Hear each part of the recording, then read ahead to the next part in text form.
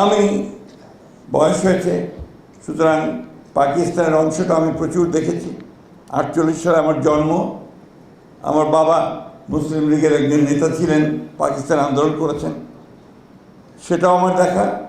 আবার যখন জ্ঞান হওয়া শুরু হয়েছে, যখন বুঝতে শিখেছি, স্কুলে যাওয়া শুরু করেছি, কলেজে যাওয়া শুরু করেছি, বিশ্ববিদ্যালয়ে এসেছি, তখন আবার এটা বুঝতে শুরু করেছি যে পাকিস্তান নামক রাষ্ট্রটি আমাদের উপরে নির্যাতন করছে, শোষণ করছে, বঞ্চনা করছে।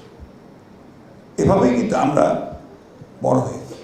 এবং যে কারণেও আমরা দেখলাম যে 1970 সালের নির্বাচনে একটি প্রশ্নের সবাই আপনার একটা দলকেই ভোট দিয়ে বসে থাকলো, সেটা ওই দলের জন্য না, মানুষের আকাঙ্ক্ষার কারণে। মানুষ তখন পাকিস্তান থেকে বেরিয়ে আসতে চেয়েছিল। That was the reality at the time. এবং যেটার নেতৃত্ব দিলেন শহীদ প্রেসিডেন্ট জিয়া রহমান। আমিও মুক্তিযুদ্ধের সঙ্গে সম্পৃক্ত ছিলাম একজন সংগঠক হিসেবে। খুব কাছাকাছি মুক্তিযুদ্ধকে দেখেছি, ভয়াবহতা দেখেছি কীভাবে পাক হানাদার বাহিনী গ্রামের পর গ্রাম জ্বালিয়ে দিয়েছে, কীভাবে হত্যা করেছে, কীভাবে নারীদের উপর নির্যাতন করেছে। এটা খুব কাছে থেকে দেখা।